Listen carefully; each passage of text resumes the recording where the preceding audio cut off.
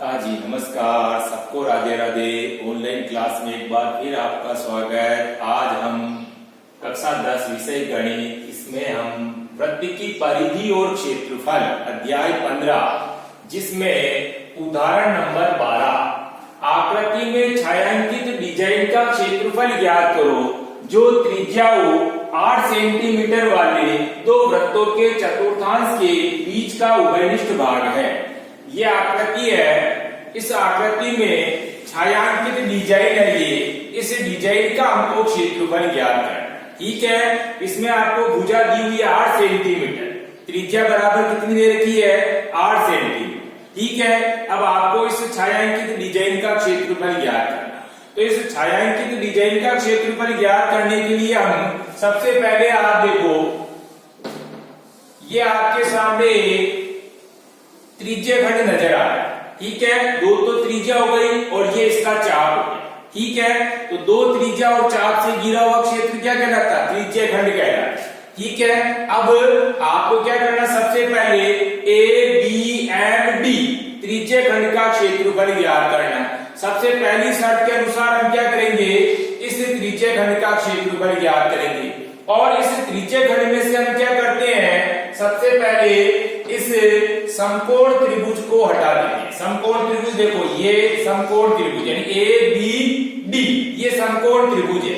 इस समकोण त्रिभुज को अगर हम त्रिज्या खंड में से हटा देते हैं तो हमारे पास में केवल ये वाला भाग नजर आ रहा है। ये वाला भाग है, इस भाग का क्षेत्रफल ज्ञात हो। ठीक है, जिस तरह से हम त्रिज्या खंड में से इस समकोण त्रिभुज को हटा देते हैं तो हमारे पास में ये छायांकित भाग का क्षेत्रफल ज्ञात हो जाता है।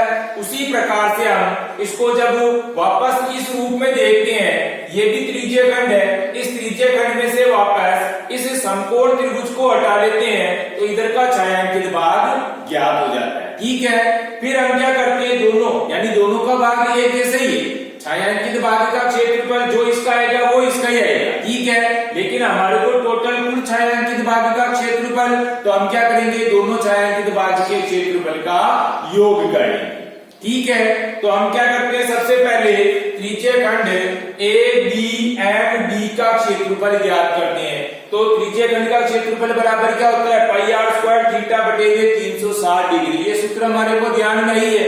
अब पाई की जगह पाई का मान 22/7 इंटू आर की जगह आर, त्रिज्या कितनी देर की 8 सेंटीमीटर, स्क्वायर इसलिए 8 इंटू 8 इंटू थीटा। थीटा आपके क्या हो जाएगा, इसमें 90 डिग्री हो जाएगा। ठीक है, वर्गाकार आकृति है, वर्ग में प्रत्येक कोण का मान कितना होता है, 90 डिग्री का होता है। तो आपका थीटा कितना हो जाएगा, 90 डिग्री, और बटे हुए 360 है ये। अब 90 से 360 को काटा तो 90 एकम और 90 4 360, फिर 4 से 60 को काटा 4 दूनी 8, उसके बाद 22 2 और 8 बच रहे हैं। इनको गुणा करने पर तो 22 दूनी 44, 44 को 8 से गुणा किया तो कितना है 352 और बटे हुए 7।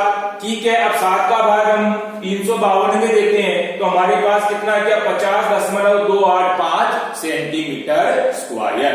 इस तरह से ये क्या हो गया हमारे पास में त्रिज्या खंड का क्षेत्रफल। ठीक है, अब त्रिज्या खंड का क्षेत्रफल ज्ञात होने के बाद हम क्या करते हैं, समकोण त्रिभुज का क्षेत्रफल।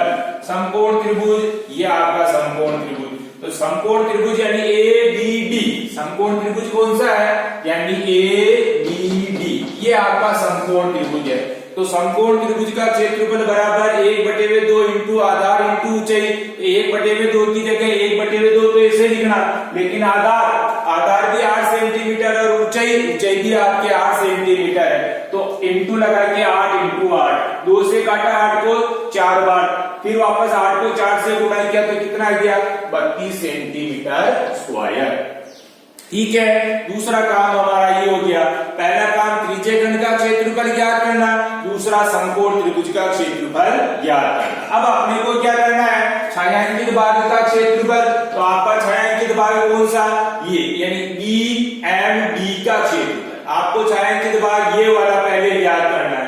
ठीक है, बी डी बी एंड का क्षेत्रफल बराबर, या बी एंड डी का क्षेत्रफल। तो क्या करेंगे हम, इस त्रिज्यीय खंड के क्षेत्रफल में से समकोण त्रिभुज का क्षेत्रफल को माइनस कर देंगे। ठीक है, तो आकृति बी एंड डी का क्षेत्रफल बराबर त्रिज्यीय खंड का क्षेत्रफल माइनस समकोण त्रिभुज का क्षेत्रफल।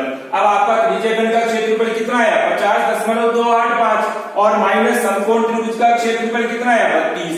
तो हम इसको इसमें से इसकी बाकी निकालेंगे तो हमारे पास कितना आ गया, 18.285 सेंटीमीटर स्क्वायर। ठीक है, यानी इस छायांकित भाग का क्षेत्रफल ज्ञात हो गया। अब जिस तरह से हमने इस छायांकित क्षेत्र का भाग ज्ञात किया, क्षेत्रफल ज्ञात किया, छायांकित भाग का क्षेत्रफल ज्ञात किया, उसी तरीके से हम इस छायांकित क्षेत्र का क्षेत्रफल ज्ञात करते हैं। तो क्या करेंगे हम, वापस सेम ये का ये, अब आपको वापस क्या करना, ये आपका त्रिज्यीय खंड है, यानी जिस तरह से ये देखा वैसे के वैसे हम उधर की तरफ देखते हैं, तो आंसर हमारा होगा वो आएगा। ठीक है, तो इसी प्रकार हमको इतना न करके क्या करेंगे, इसी प्रकार आकृति बी एंड डी, आपकी अब आकृति कौन सी बच रही है, ये वाली आकृति बच रही है। इस आकृति का क्षेत्रफल बी हम क्या लिखेंगे, इसी प्रकार आकृति बी एंड डी का क्षेत्रफल भी 18.285 सेंटीमीटर स्क्वायर होगा। हमारे को वापस इतना नहीं करना है। ठीक है, हम क्या करेंगे, वापस इसी प्रकार लगा के जो क्षेत्रफल इस आकृति का आया वो का वही हम इस वाली में लिख देंगे। तो इसी प्रकार आकृति बी एंड डी का क्षेत्रफल भी 18.285 सेंटीमीटर स्क्वायर होगा। लेकिन हमारे को तो पूरी आकृति यानी छायांकित भाग हमारा ये, इस पूरी आकृति का क्षेत्रफल ज्ञात करना है। तो हम क्या करेंगे, दोनों जो आंसर आए उनको क्या करेंगे, हम योग कर देंगे। तो संपूर्ण छायांकित भाग का क्षेत्रफल बराबर 18.285 प्लस 18.285, यानी इस भाग का क्षेत्रफल भी 18.285 आया और इस भाग का क्षेत्रफल भी 18.285। तो ठीक है, अब इस तरह से हम क्या करेंगे, दोनों का योग करेंगे। तो योग करने पर हमारे पास कितना आ गया, 36.57 सेंटीमीटर स्क्वायर। 5 और 5 10 होते हैं, 5 7 0 लिख दिया तो भी कोई बात नहीं, और 36.57 सेंटीमीटर स्क्वायर लिखा तो भी कोई बात नहीं।